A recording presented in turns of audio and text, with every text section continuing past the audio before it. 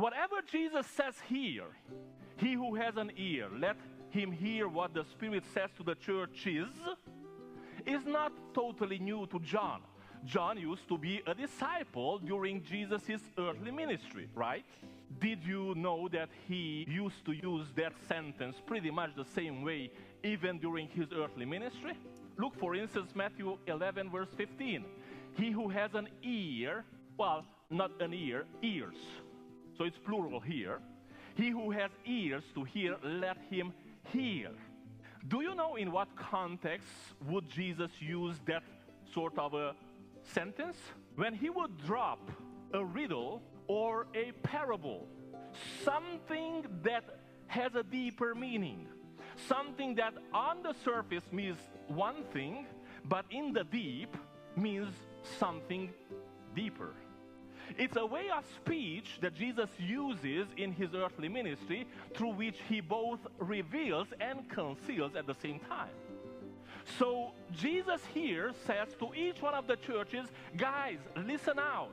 Not only to your specific message, that's important, sure, but you have to listen out to all the messages, because there is some sort of a deeper meaning. It's a coded meaning. When Jesus says, he who has an ear, let him hear, there is a warning. Warning, warning, warning. Deeper meaning is to be discovered.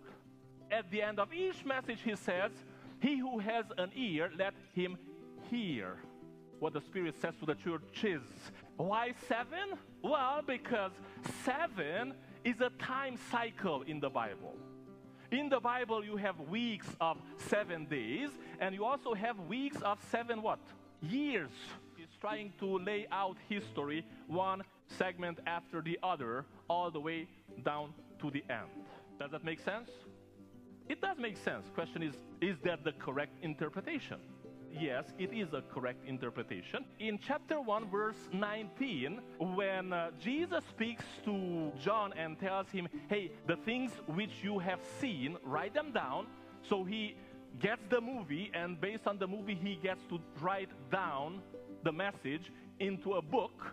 He says, write the things which you have seen, both the things which are, so that's one category, the things which are, and the things which will take place after this.